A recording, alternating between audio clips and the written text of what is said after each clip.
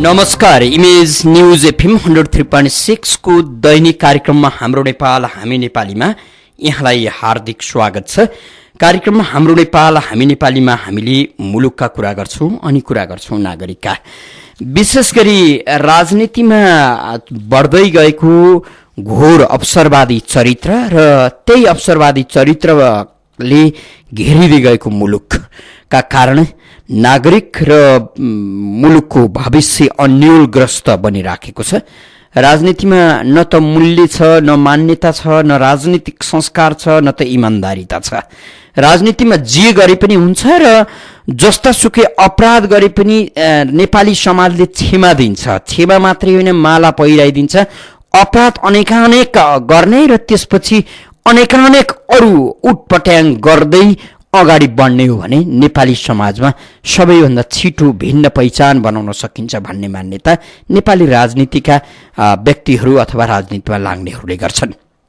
हामी त्यसका विरुद्धको यो खबरदारी गरिराखेका छौं। यसलाई नागरिक खबरदारीको एउटा अभियान भने पनि हुन्छ।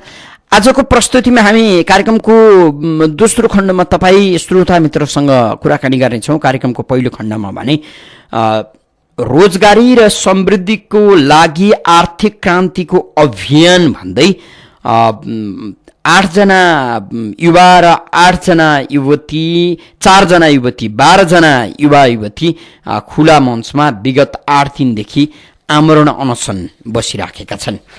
रोजगारी र समृद्धिको लागि आर्थिक अभियानको अभियन्ता अथवा यसको संयोजक एक समयका निकै चर्चित मानिएका उपत्यका वाइसिएल इन्चार्ज चन्द्रबहादुर थापा सागर हुनुहुन्छ। हामी अहिले भने यो कार्यक्रममा यो अभियानका प्रमुख सल्लाहकार नेकपा माले समाजवादीका अध्यक्ष विष्णुराज अर्यालसँग कुरा गर्छौं। यो अभियानको तात्पर्य के हो, आमरण अनसन बसेका युवाहरूको सपना के छ, यो विषयमाथि कुरा गर्छौं। हाम्रो टेलिफोन सम्पर्कमा हुनुहुन्छ नेकपा माले समाजवादीका अध्यक्ष एवं रोजगारी र समृद्धिको लागि आर्थिक क्रान्तिको अभियानका प्रमुख सल्लाहकार विष्णुराज अर्याल। अर्यालजी हो, यहाँलाई इमेज न्यूज एफएममा हार्दिक स्वागत छ। धन्यवाद यहाँलाई र यहाँको चाहिँ इमेज एफएम परिवारलाई। अब नढाँटी सिधा भन्दा नेपाली राजनीतिमा, त्यसमा पनि माओवादी भित्र अनेकन किसिमका उटपट्याङ गरेर हिँड्दै गरेका चन्द्रबहादुर थापा सागरलाई पार्टीले किनारा छोडिसकेपछि केही अस्तित्वका लागि केही त गर्नै पर्यो। जसरी अरू नेताहरूले गर्छन् त्यस्तै गरी उनले गरेको अर्को एउटा कर्ममा तपाईँ प्रमुख सल्लाहकार बन्नु भएछ। तपाईलाई बधाई दिने हो। बधाई नदिनुहोस्। हामी राष्ट्रको हितमा काम गर्न सकिन्छ भनेर एक ठाउँ बस्यौं।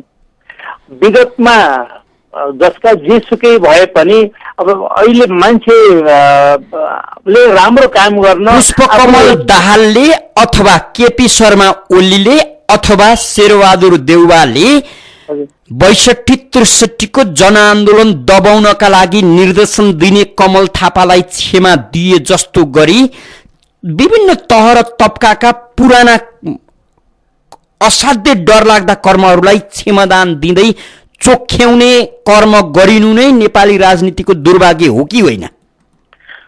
होइन, हामीले इतिहास पनि थाहा पाउनुपर्छ, बुझ्नुपर्छ। रत्नाकर वाल्मीकि बन्न सक्छन् भने हिजो चाहिँ एउटा पार्टीको काममा अगाडि बढ्दा कमी कमजोरी भएका होला। चन्द्रबहादुर थापा सागर कहाँ सोची?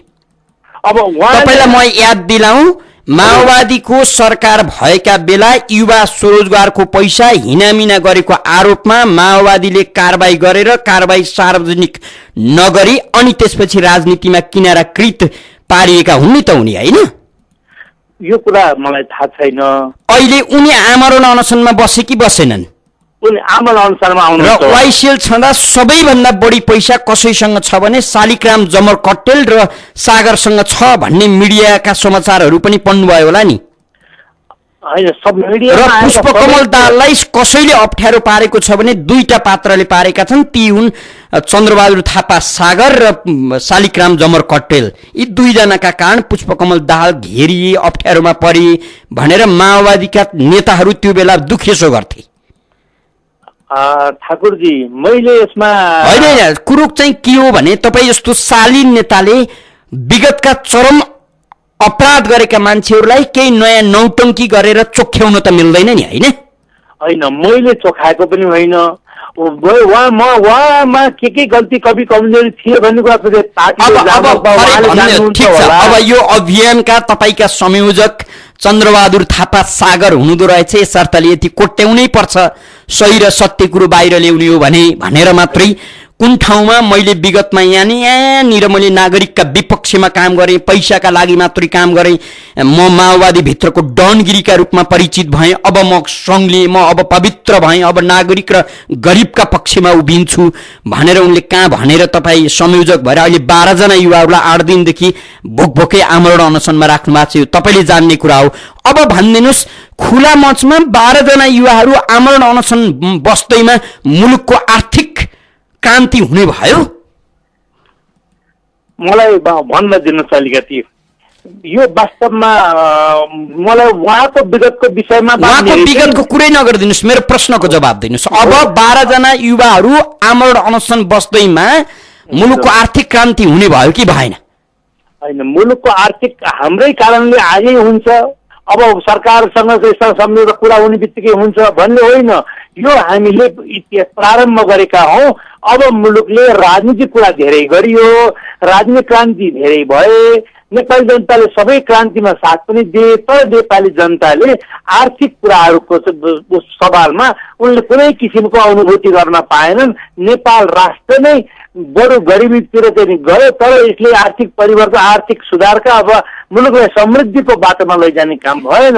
त्यसैले राजनीतिक पार्टी, मैले पनि राजनीतिक कुरालाई एक ठाउँले थाती राखेर यो सामाजिक काम, यो कामले मुलुकको समृद्धिको बाटोमा जान सरकारलाई घटघटाउन सक्छ, सरकारलाई दबाब दिन सक्छ र भोलि पनि यस्तो कामको निरन्तरता भयो भने एउटा नेपाली जनताको पक्षमा प्रत्येक घर घरको समस्या हो, यो प्रत्येक घर चुलोको समस्या हो, प्रत्येक मान्छेको पेटको समस्या यदि सल्भ गर्न सरकारले अग्रसरता देखाउँछ भने त्यसको लागि हामीले किन नगतगत अझै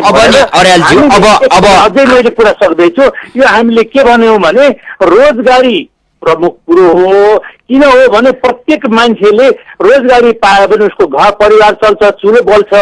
त्यसैले यो सबैले आउँछ त भन्दा जब मुलुकमा आर्थिक परिवर्तन क्रान्तिका कुराहरू औद्योगिकरण हुन्छ, बन्द रहेका उद्योगहरू खुल्छन्, कृषिमा आधुनिकरण र चाहिँ व्यवसायीकरण हुन्छ र हामी स्वदेशी वस्तुको प्रयोग गर्ने, स्वदेशमै रोजगारीको अवसर हुने, स्वदेशमै स्वरोजगार बन्ने परिस्थितिको निर्माण गर्ने काममा अब हामीले सरकारसँग यदि उसले चाहिँ बुझ्यो भने हामी उसलाई सरकारको सहयोगीको रूपमा जनताको आर्थिक परिवर्तनका लागि हामी काम गर्छौँ भन्ने उद्देश्य। अब तपाईँहरूको संस्थाको नाम नै रोजगारी र समृद्धिको लागि आर्थिक क्रान्तिको अभियान भन्ने रहेछ। यो अभियानले रोजगारी र समृद्धिका लागि के क्रान्ति गर्यो?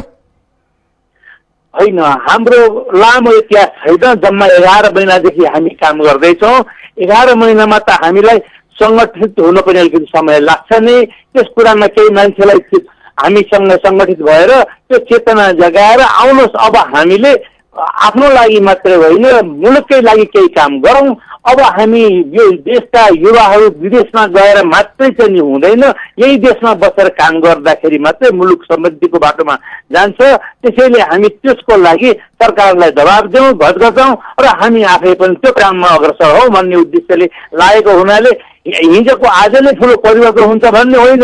हाम्रै हातमा परिवर्तन गर्ने शक्ति पनि छैन, तर हामीले दबाब दिन त्यस्तो त्यो संयोजक त्यस्तो बलियो बलिष्ठ हुनुहुन्छ, उहाँ पो आमरण अनसन बस्नुपर्ने होला नि, होइन? टियुतिरका बिचारा विद्यार्थीहरूलाई ल्याएर टुडी खेलमा आमरण अनसन बसाएर केपी शर्मा ओलीको ध्यान दृष्टि अथवा पुष्पकमल दाहालको ध्यान दृष्टि कति बेला तान्निने हो? यसो भयो, त्यसमा सबैको इच्छाको कुरो हो। एउटा चाहिँ ऊर्जावान युवा युवतीहरू यसको लागि हामी तयार छौँ भनेर जब आउनुभयो त्यो बडो चाहिँ राम्रो कुरो हो।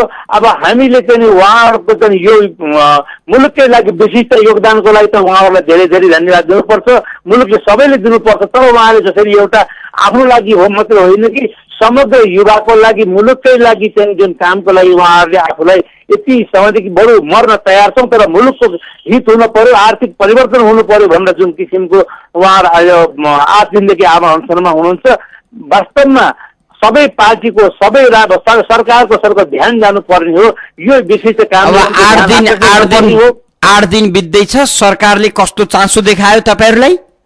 छैन, अहिलेसम्म सरकारबाट कुनै किसिमको चासो छैन। हामीले पहिले प्रधानमन्त्रीलाई ज्ञापन पत्र दिएका थियौँ। ज्ञापन पत्रको उसमा जवाफमा के आएको छ भने हामीले नीति तथा कार्यक्रममा तपाईँले उठाएका कुराहरू समावेश गर्ने प्रयत्न गर्नेछौँ भन्ने भाषा आयो। यो प्रयत्न मात्रले होइन, हामीलाई चाहिँ ठोस रूपमा हामी यो गर्न प्रतिबद्ध छौँ भन्ने किसिमको उहाँहरूको नआएसम्म हामी यसलाई चाहिँ अलिक कडा रूपमै प्रस्तुत हुने हिसाबले यो आम अनसनमा बसेका हौँ। अब भोलि सागरजीलाई कतै नियुक्ति गरिदियो भने तपाईँको यो अभियान नै सफल हुने होला नि फेरि? यसो अब पछि के गर्छ, भोलिको कुरा मै खराब हुन्छु कि मैले नै कुनै किसिमको धोका दिन्छु कि अर्कोले दिन्छ कि त्यो चाहिँ काल्पनिक हाइपोथेटिक कुराहरू गर्दा अलिकति विगत साक्षी राखेर गरेको कुरा हो, यो हाइपोथेटिकल होइन।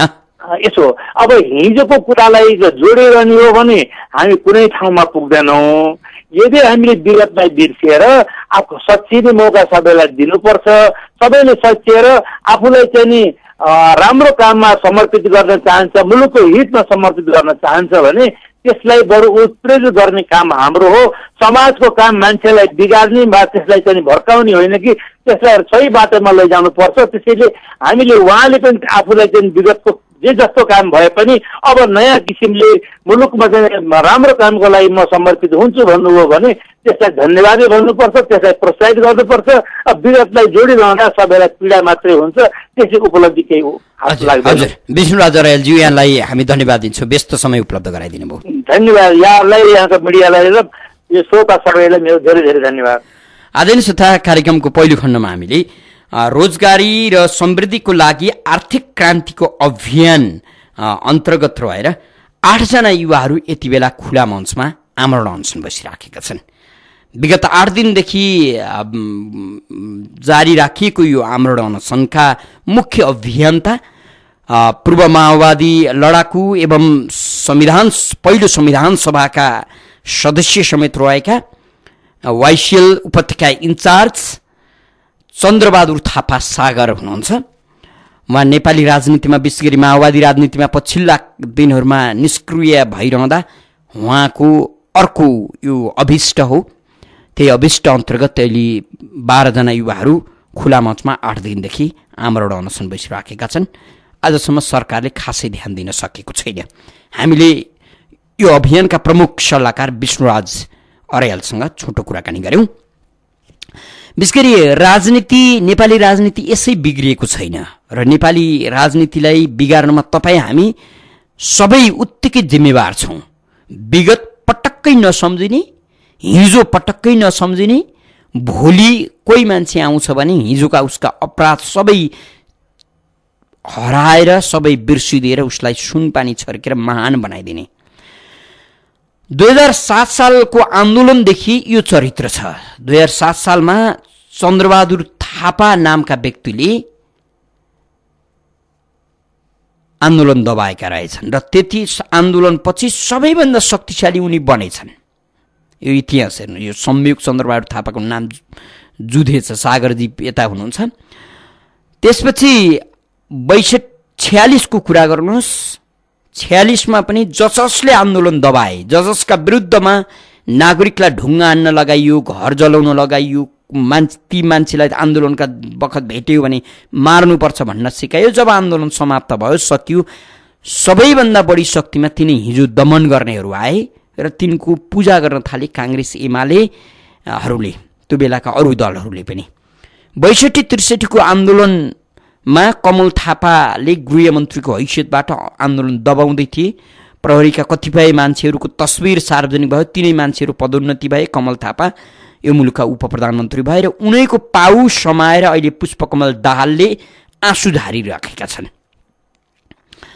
नागरिक कति गुमराममा छन्। सोझा नागरिक, गरिब नागरिकलाई कसरी हल्लाइएको छ, कसरी दौडाइएको छ भन्ने यो दृष्टान्त हो। यसकारणले विगत हामीले प्रत्येक व्यक्ति, नेता, सङ्गठनको जबसम्म मूल्याङ्कन गर्दैनौँ, जबसम्म विगतका बेइमानीहरूको बारेमा चर्चा परिचर्चा गर्दैनौँ, तबसम्म उनीहरू सुध्रिन्छन् र सुध्रिए भन्नु त गलत हो। हिजो के भनेका थिए उनीहरूले, कसका विरुद्धमा हामीलाई उस्काएका थिए र कसका विरुद्धमा ढुङ्गा हान्न लगाएका थिए, उनीहरूले हिजो हाम्रा नाममा कति पैसा कमाएका थिए, यी सबै कुराहरू हामीले लेखाजोखा गर्न जरुरी छ। अनि मात्रै नेपाली राजनीति सुध्रन सक्छ। हिजोको अपराधलाई रत्नाकरको उपमा दिएर अथवा रत्नाकरसँग तुलना गरेर क्षमा दिँदै अब तिमी रत्नाकर बन्दैछौ अथवा एउटा कुनै ज्ञानी तपस्वी अथवा साधु सन्त बन्दैछौ भन्नु त्यो सबैभन्दा ठुलो मूर्खता हुन्छ। नेपाली नागरिकले यही मूर्खता गरेकै कारण राजनीतिलाई सजिलो भएको छ। कार्यक्रम हाम्रो नेपाल हामी नेपालीमा हुनुहुन्छ। तपाईँ पनि कार्यक्रममा सहभागी हुन चाहनुहुन्छ भने हाम्रो स्टुडियोको टेलिफोन नम्बर 40065323 र 40065424 फोन गर्न सक्नुहुन्छ। टेलिफोन सम्पर्कमा कोही श्रोता हुनुहुन्छ। को बोल्दै हुनुहुन्छ? नमस्कार ठाकुरजी। हजुर भन्नुहोस्। नेपाली वास्तवमा रोजगारी र समृद्धिका लागि आर्थिक क्रान्तिको अभियान सुन्दा यो शब्द धेरै कर्णप्रिय छ। हेर्नुहोस्, यी कम्युनिस्ट भन्नेहरू नयाँ नयाँ फर्मुला निकालेर आन्दोलन गर्छन्। यो उनीहरूको स्लोगान हो। कर्णप्रिय लागेर म पनि सहानुभूति दिन खुल्ला मञ्च पुगेँ। ती अनसनकारी आमन बस्ने अनसनकारीको अनुहार नेतृत्व गर्ने देखेपछि मेरो शिर निहुर्यो। किन निहुर्यो भने यो 20 वर्षमा उद्योग धन्दा ध्वस्त पारे, व्यापक भ्रष्टाचार गरे, उद्योगीलाई काटे, उद्योग बन्द गराए, उनको नेता तनाबाट खरबपति बनाए, आफू अरबपति बने अथवा त्योभन्दा बढी होला उनको सम्पत्ति। देश लुटे, चुडे, खाए, गिद्धको जस्तो गरे, भूमिका निर्वाह गरे। अब कसरी रोजगारी सिर्जना हुन्छ हाम्रो देशमा? दोहोरो चरित्र गर्ने कोही छन् भने कम्युनिस्टको खोल ओढेका मान्छे लागेका छन्। यिनले यस्तो पवित्र कर्म गर्छन् भनेर कसरी विश्वास गर्नु र कल्पना गर्नु? विष्णुराजीले जुन केही कुरा गर्नुभयो, यो उहाँ पनि कम्युनिस्टको क्याटेगोरी भित्रकै हुनुहुँदो रहेछ सुने। उहाँहरूले आन्दोलन गर्ने भए पहिले भ्रष्ट देशद्रोही नेताको सम्पत्ति छानबिन गरून्, भ्रष्टाचार रोकुन्, चन्दा आतङ्क रोकुन्, विदेशी गुप्तचरको रकम खानेबाट असुलुन्, आइएनजिओको रकम खाएर देश ध्वस्त पार्ने कर्म रोकुन्। त्यसपछि हिम्मत गरून् कि यो स्लोगान लाग्ला। नत्र भए उद्योग गर्ने मान्छे छैन, उद्योगी छैन, देशमा खपतै छैन, नागरिकको उनी छैन, रोजगार कसरी वृद्धि हुन्छ? मैले प्रश्न गरेँ, छलफल सबैले गरौँ मिलेर। नमस्कार। गङ्गाप्रसाद शर्मा नेपाली हुनुहुन्थ्यो हामीसँग कुरा गर्दै। फेरि पनि टेलिफोन सम्पर्कमा अर्का कोही श्रोता हुनुहुन्छ। को बोल्दै हुनुहुन्छ? हेलो। हजुर भन्नुहोस् न। नमस्कार, म प्रदीप मान श्रेष्ठ, काठमाडौँ निस्तान। अब अहिले नेपालको तत्काल आवश्यकता भनेको स्थानीय निकायको निर्वाचन नै हो। 18 वर्षदेखि भएको छैन, जसले गर्दा स्थानीय निकायका कर्मचारीहरूद्वारा चलाइएको छ। त्यसकारण ती कर्मचारी सरकारप्रति जवाबदेही भए पुग्छ। हेर्नुहोस्, जनताप्रति उत्तरदायी हुँदैनन्, किनभने जनताले उनीहरूलाई हटाउन सक्दैन। जसले गर्दा अधिकांश स्थानीय निकायमा व्यापक भ्रष्टाचार भइरहेछ। बाध्यतावश म पनि त्यसैमा फसेछ। अब नसक्ने, एउटा सिफारिसलाई पैसा दिँदै नदिने भएपछि 24 घण्टाभित्र मेरो छोरालाई अस्ट्रेलिया पठाउनु पर्थ्यो, सिफारिस पाएन, फस्नु पर्यो। गर्ने के अब मैले आफैले बुद्धिजीवी मूर्ख भन्नु बाहेक अरू केही पनि उपाय भएन। हेर्नुहोस्, त्यसकारण स्थानीय निकायको निर्वाचन तुरुन्त मिति टोक्नुपर्छ। किनभने मिति टोक्नलाई सर्वोच्च अदालतमा मुद्दा पनि दर्ता भइसकेको छ। तर के भने हाम्रो न्यायालयबाट कहिले फैसला हुन्छ त्यो कुनै ठेगान छैन। किनभने कम्युनिस्ट सरकारले त न्यायालयलाई पनि परोक्ष रूपमा चलाइहाल्छ। त्यसकारणले 10 वर्षपछि मिति टोकिदियो भने के गर्ने?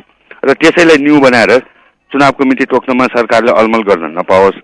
स्थानीय निकायको निर्वाचनसित छिट्टै टोकेर राजनीतिक रूपमा जनतालाई चलाउनु पनि पर्छ। अब अदालत कुन बेला मुद्दा टोक्छ, त्यो मिति टोक्छ, त्यो कुनै ठेगान हुँदैन। त्यसकारण यो सार्वजनिक जनताको आवश्यकता हो र स्थानीय निकायको निर्वाचन नहुँदा नै अहिले काठमाडौँको प्रदूषण त्यसरी फैलिएको हो। किनभने त्यो प्रदूषण फैलाएर पनि अप्रत्यक्ष रूपमा मान्छेहरूलाई बिरामी पारेर डाक्टरहरूलाई कारबाही गर्न लगाएर, स्वास्थ्य जाँच गर्न लगाएर त्यहाँबाट पनि पैसै छुट्ने हो। धन्यवाद। प्रद्युमान श्रेष्ठ हुनुहुन्थ्यो। फेरि पनि टेलिफोन सम्पर्कमा अर्का कोही श्रोता हुनुहुन्छ। को बोल्दै हुनुहुन्छ? हजुर नमस्कार, म बनस्थलीबाट मित्रबहादुर बस्नेत हो। अब पचाउने दाँत एउटा, अब देखाउने दाँत एउटा हुन्छ नि। अब भ्रष्टाचार गरेर उद्योग कल कारखाना बन्द गराउने यिनीहरू होइनन् र पहिले सबैलाई बन्द गराउने अनि ताला चाबी लाउने, बन्द गरेर चाहिँ यी स्कुलदेखि लिएर उद्योग कल कारखाना बन्द गराउने त यिनीहरू हो नि त। यो त इतिहासले बताइराखेको छ। अब अहिले चाहिँ बाँच्ने कहीँबाट पनि आधार नहुने भएर त्यो नाटकीय रूपले नाटक गरेको देशलाई बनाउनु थियो भने यिनीहरूले त्यो उद्योग कल कारखाना प्रत्येक नेपालीले क्वेसन गर्नुपर्छ। त्यो उद्योग कल कारखाना किन बन्द गरियो? त्यो राणा र शाहले खोलिदिएको त्यो जनताको हो नि त, रोजगारीको लागि खोलिदिएको हो नि त। त्यो 22-25 सय चाहिँ ऊ चाहिँ किन बन्द गरियो? तपाईँको चाहिँ यहाँ चाहिँ बोर्डिङ स्कुललाई बन्द गराउने भनेर गाउँमा बन्द गराए। काठमाडौँमा किन बन्द गराएनन् यिनीहरूले? सबै सरकारी बनाउनु पर्थ्यो नि त, यिनीहरूको क्षमता थियो भने। यो देश र जनतालाई लुटेर ठगेर खाने यो रणनीति हो। यिनीहरू भ्रष्टाचार गरेका छन्, अपराध गरेका छन्, जोगिनका लागि अनि बहाना बनाउने यो रणनीति। जोगिने कसरी जोगिने, के गर्दा जोगिन्छ, जनताबाट कताबाट चाहिँ जोगिन सकिन्छ भनेर यो भूमिका खेलेका हुन् नि। केही गर्नेवाला छैन यिनीहरू। अब काम नगरी लुटेर ठगेर दुनियाँलाई धम्काएर खान पल्केकाले देशमा विकास गर्छ भनेर त्यसले त कुनै सपनामा त्यो 10 मनमा 1 मन पनि नसम्झे हुन्छ। विकास गर्ने मान्छेले बन्दुकै उठाउनु पर्दैन, तपाईँको हतियार उठाउनु पर्दैन, गर चाहिँ भ्रष्टाचार गर्नेलाई कारबाही गर्ने, सम्पूर्ण चाहिँ उद्योग कल कारखानामा चाहिँ अवरोध गर्नु भएन नि। तपाईँ जलविद्युतमा हेर्नु त कमिसन छैन भने त्यहाँ कुनै हुँदैन। सडक हेर्नुहोस् त्यस्तै, कमिसन दिएन भने यहाँ चल्नै दिँदैन, त्यो सडकै हुँदैन। अनि यो कमिसनको खेलले यो देशलाई बर्बादमा लगेको। अब एउटै अप्सन भनेको आर्मीले क्याप्चर गर्नुपर्छ, यिनीहरूलाई लगेर। यहाँलाई हामी धन्यवाद दिन्छौँ। कार्यक्रममा हाम्रो नेपाल हामी नेपालीमा हुनुहुन्छ। तपाईँ पनि सहभागी हुन चाहनुहुन्छ भने हाम्रो स्टुडियोको टेलिफोन नम्बर 40065323 र 40066524 फोन गर्न सक्नुहुन्छ। माओवादी शान्ति प्रक्रियामा आइसकेपछि मात्रै पनि कति कल कारखाना, कति उद्योगहरू बन्द भए। खन्ना गार्मेन्ट लगायत कति गार्मेन्ट फ्याक्ट्रीहरू बन्द भयो होलान्। मजदुरका नाममा आन्दोलन गरेर उद्योग बन्द गर्ने राजनीति कस्तो होला र त्यही कर्म गरेका मान्छे अहिले रोजगारी र आर्थिक समृद्धिका लागि अभियान चलाउने योभन्दा असौदो विषय केही पनि हुँदैन। कम्तीमा मजदुरको हक हितका लागि व्यवसायीसँग छलफल गरेर बहस गरेर मजदुरलाई बलियो बनाउनुको साटो रोजगारी पाउँदै गरेका मजदुरहरूको खाने थलो बन्द गराइदिएर खाडी पठाउने काम कसले गर्यो? यसको जवाब पहिला आउनुपर्छ नेपाली समाजमा। यहाँ 10,000 कमाउँदै गरेको मान्छे 8,000 खानाका लागि कमाउनका लागि खाडी गएका छन्। ती युवाहरूले कसरी विश्लेषण गर्छन् त्यस्ता व्यक्तिहरूलाई? कार्यक्रममा हाम्रो नेपाल हामी नेपालीमा हुनुहुन्छ तपाईँ। इमेज न्युज एफएम 103.6 को दैनिक प्रस्तुति हो यो। 40065323 र 40066524 तपाईँले फोन गर्न सक्नुहुन्छ। टेलिफोन सम्पर्कमा कोही श्रोता हुनुहुन्छ। को बोल्दै हुनुहुन्छ? हजुर नमस्कार, म बाबाजुबाट शिवदत्त ढकाल बोलेको हुँ। हजुर, यो प्रकृतिलाई कसैले पनि रोक्न सक्दैन। 2072 साल वैशाख 12 गते भुइँचालो गयो। काङ्ग्रेस एमाले माओवादी आपसमा मिलेर भुइँचालोबाट भएको जनधनको क्षतिपूर्ति प्रति संवेदनशील भएर उद्धारमा नलागी संविधान बनाउन लागे। किनभने उनीहरू संविधान सभाका पूर्वाग्राही थिए। उनलाई भूकम्पको सङ्कट अवसरको वाहन भयो, किनकि मानिसहरू दुःखमा परेको बेला एकलौटी मनोमानी गर्ने दुष्टहरूको स्वभाव हुन्छ। यी 3 दलले त्यो दुष्टता देखाए। फेरि सरकार फेर्ने, राष्ट्रपति चुन्ने, उपराष्ट्रपति सभामुख उपसभामुख बनाउनेतिर लागे। खै भूकम्पको पीडाप्रति संवेदनशील भएको भूकम्पप्रति त्यो पीडा हटाउन लागेको। देशमा पेट्रोल, तेल, ग्यास, इन्धनको अभाव भयो। त्यसलाई समाधान गर्ने, भारतसित पनि कुरा मिलाउने काम नगरेर उल्टै जाने, बलेको आगोमा घिउ थप्ने, चिनको त्यो धाक देखाउने, दोष भारतलाई लगाउने, पानीमाथि ओभानो हुने गरेर आफ्नो कालो अनुहार देखाए। यी तथाकथित पार्टी र यिनका सरकारको जति गरे पनि यिनको प्रकृति फेरिन्न। यिनलाई डाँडो कटाउनै पर्छ। यी रहेसम्म यो यस्ता चिनिसकेपछि बुझिसकेपछि रुझिसकेपछि ओ त किन बस्ने, बुझिसकेपछि म त किन बस्ने, यिनको किन भर लिने। धन्यवाद। अच्छा, शिवदत्त ढकाल हुनुहुन्थ्यो। फेरि पनि टेलिफोन सम्पर्कमा अर्का कोही श्रोता हुनुहुन्छ। को बोल्दै हुनुहुन्छ? म पुरुषोत्तम हरियाल बोल्छु। भन्नुहोस् त। नमस्कार। भन्नुहोस्। यो देशमा नि जुन कृषि क्रान्ति गर्ने, उद्योग गर्ने भन्छन्, उद्योग कल कारखाना चाहिँ भएको सबै बेचेर खाए। अनि अब उद्योग जुन कृषि क्रान्ति भनेको छ, देशमा भएका जुन मानामुरी फल्ने जग्गामा चाहिँ सबै प्लटिङ गरेर चाहिँ नि सबै घरै घर गरिसकेका छन् भने यिनीहरूले चाहिँ नि के कस्तो किसिमको कृषि क्रान्ति हो? यदि कृषि क्रान्ति गर्ने हो भने जुन सहरी विकास भन्ने आयोजना छ त्यो कार्यालय नै बन्द गर्नुपर्छ। जुन कि प्रत्येक उब्जनी हुने ठाउँलाई चाहिँ घरै घर मात्र बनाउने विकास गरेको छ, सबै उ गरेको छ, कुनै व्यवस्थित ऊ छैन। नगरपालिका उ गरेको छ, विस्तार गरेको छ, कुनै पानी छैन, धारो छैन, कुनै केही सुविधा छैन, खालि जनतासँग ट्याक्स बढाउनलाई उ गरेको छ। यदि सरकारले साँच्चैकै विकास गर्ने हो भने पहिलेकै गाउँ विकास समितिलाई नै पुरा अधिकार दिएर उ गरे भए त्यसै हुन्थ्यो, विकास हुन्थ्यो नि। यो त खालि देश र जनता सोच्ने, जो निमुखा जनता छ तिनीहरूलाई सोच्ने, कुनै अन्याय अत्याचार परेकालाई न्याय नदिने, यो त सब प्रजातन्त्र, लोकतन्त्र, गणतन्त्र भन्ने त यो लुटतन्त्र रहेछ, जनताको लागि होइन रहेछ, सर्वसाधारण निमुखा जनताको लागि होइन रहेछ जस्तो लाग्यो। अच्छा, पुरुषोत्तमजी हुनुहुन्थ्यो हामीसँग कुरा गर्दै। फेरि पनि टेलिफोन सम्पर्कमा अर्का कोही श्रोता मित्र हुनुहुन्छ। को बोल्दै हुनुहुन्छ? हजुर ठाकुर, नमस्कार ठाकुरले। हजुर भन्नुहोस् न। हजुर, म इन्द्र डङ्गोल, न्यू रोडबाट। इन्द्रजी भन्नुहोस्। म सानो व्यवसाय हो, एकदम टेलरिङ व्यवसाय गर्छौँ। यहाँ कुरा भइरहेको छ तपाईँको व्यवसाय सम्बन्धीमा, काम सम्बन्धीमा। जुन हामी विदेशमा गइरहेका छन् मान्छेहरू, अधिकांश व्यवसायहरू धराशय भइरहेछ। म सानो व्यवसाय भए तापनि हाम्रो कामदारहरू नपाएर समस्यामा परिरहेको छ। सम्पूर्ण व्यवसाय विदेश लगाएपछि नेपालमा कामको एकदम समस्या भइरहेछ भन्छन्। तर यहाँ काम नपाएर पनि होइन, काम पाइरहेछ। तर यहाँ काम नगर्ने मान्छे, कामदारहरू सबै विदेश लागिरहेछ। त्यसमा सरकारले यसो ध्यान पुर्याउनु पर्ने। त्यस कारण हामी यो जति हामीले टेलरिङ व्यवसायहरू छन् यसमा कामदारहरू नपाएर एकदम समस्यामा परिरहेको छ।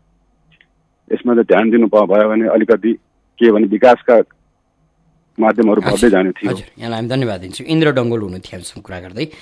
विशेष गरी सिलाइका क्षेत्रका कामदारहरू नेपालमा त्यति बस्न चाहँदैनन्। त्यसो त सिकर्मीहरू पनि त्यति बस्न चाहँदैन, अथवा प्राविधिक रूपमा सिप सङ्घालेका मान्छेहरू नेपालमा त्यति बस्न चाहँदैनन्।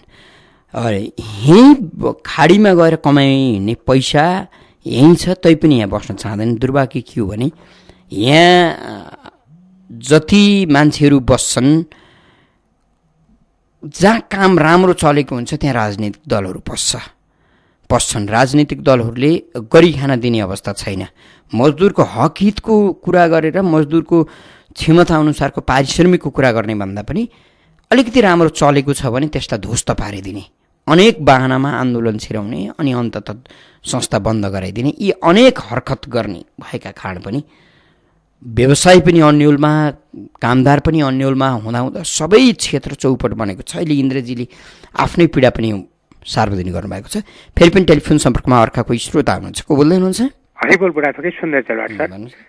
अब यो आतंक मचाएको छ, अघोषित रूपमा लोड सेडिङ गरेर विद्युत आतंक प्राधिकरणले सर यो पेट्रोलियम पदार्थको आतंक लगायत आतंकको भुमरीमा रुमलिएको नेपालको नागरिकले फेरि आन्दोलन रूपी पीडा आतंक बनाएको छ। यसरी विभिन्न किसिममा अघोषित रूपमा लोड सेडिङ प्राधिकरणले गर्नु नै छ भने कि घोषित रूपमा गरोस्, किनभने उसको लोड सेडिङको आधारमा, उसको सेड्युलको आधारमा हाम्रो सेड्युल बनेको हुन्छ सर। नमस्ते।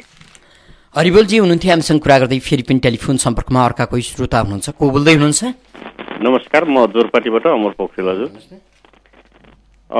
अघिको इन्टरभ्यू सुन्दाखेरि मलाई पनि केही भन्न मन लाग्यो। वास्तवमा चाहिँ नेपालका चाहिँ कल कारखानाहरू बन्द भएका चाहिँ यी राजनीति नेताहरूकै कारणले पनि हो।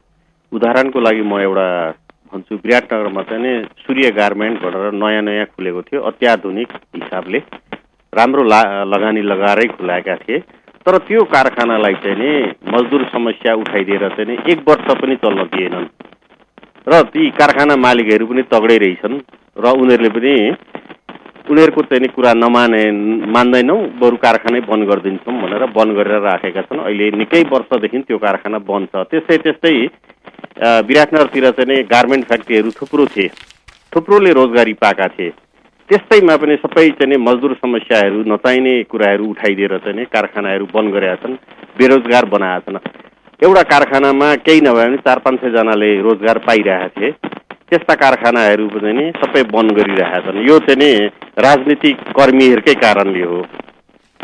यिनीहरूले चाहिँ गम्भीर रूपमा सोच्नुपर्ने, नेपालीहरूलाई चाहिँ अरब पठाएर चाहिँ यहाँका कारखाना बन्द गर्ने हिसाब गरेका छन्, त्यसको चाहिँ राजस्वमा पनि असर परेको छ, निर्यात व्यापारमा पनि असर परेको छ, कत्रो राष्ट्रलाई चाहिँ ठुलो नोक्सान भएको छ।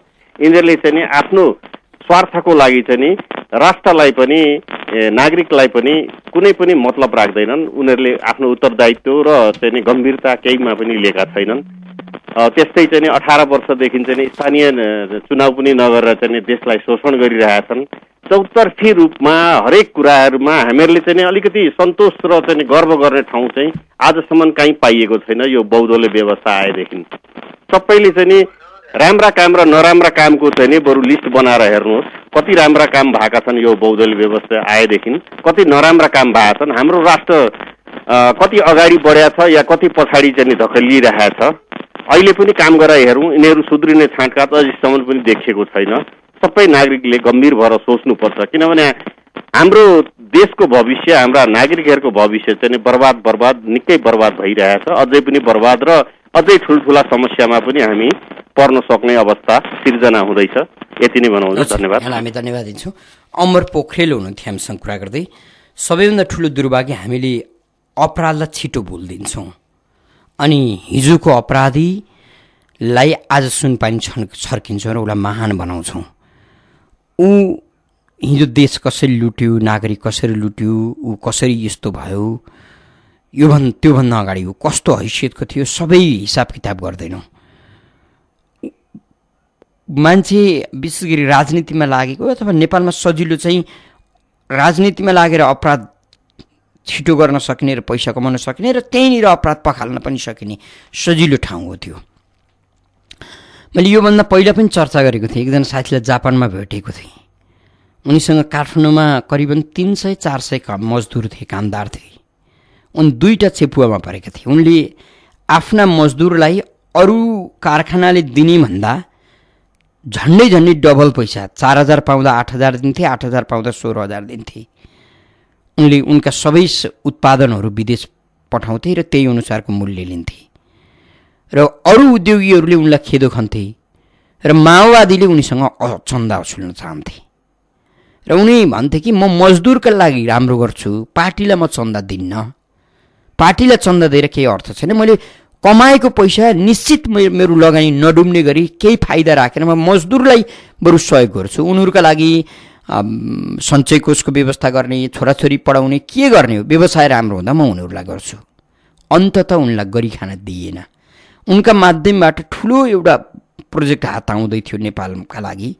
उनले त्यो छोडिदिए र 21000 कामदार काम पाउने गरेको आउँदै गरेको त्यो सम्पूर्ण त्यो प्रोजेक्ट अहिले अर्को कुनै देशमा गएको छ। उनले गुनासो गर्दै थिए। त्यसपछि म जापान भाषी, मैले धेरै वार्ता गरेँ र मैले भने मलाई केही घाटा छैन, म व्यवसायी हुँ, मसँग पैतृक केही सम्पत्ति छ, घाटा छ त मजदुरलाई छ, मैले अन्यत्र दिने पैसाभन्दा उनीहरूलाई बढी दिएको छु, तपाईँले मलाई सेवासी दिनुपर्ने हो, पुरस्कृत गर्नुपर्ने हो, मजदुरको हितमा बोलेको छु। तर दुर्भाग्य जो मजदुरलाई म राम्रो गर्दै थिएँ तिनै मजदुरलाई उठाइयो। अन्ततः कार्यालयमा म जान सकिनँ, म जान सक्ने स्थिति भएन। जसलाई मैले सुरक्षाकर्मी बनाएको थिएँ, अन्यत्र 5000 को तलबको व्यवस्था थियो, त्यही सुरक्षाकर्मी 12-15 हजार खान्थ्यो। त्यो बेला मलाई अनेक गरियो, मैले बन्द गरिदिएँ ठाकुरजी र म अहिले जापानमा छु, गुनासो गर्दै हुनुहुन्थ्यो। हामी बार बार भनिराखेका छौँ, कानुन छैन। मालिकले कति पैसा कमाउने हो र मालिक अगाउने हो, कानुन चाहियो। कमाइको कति प्रतिशत राख्ने हो मालिकले र मजदुरको आफ्नो क्षमता अनुसार पद अनुसार कति पैसा पाउने हो। अहिलेको महँगाइमा कति पैसा पाउँदा एउटा मान्छे जेनतेन प्राण धान्न सक्छ, त्यो चाहिँ राज्यले निर्धारण गर्ने हो। हामी कहाँ त्यो छैन।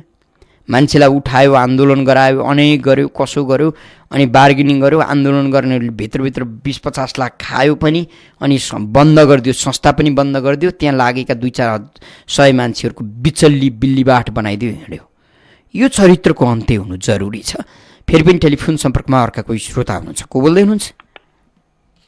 एकमुष्ट जोजोलपा सबैलाई म विश्वनाथ श्रेष्ठ सामाकुसीबाट समय कट्किसके छोटो बोल्न चाहन्छु। अहिले रोजगारीको समस्या छ।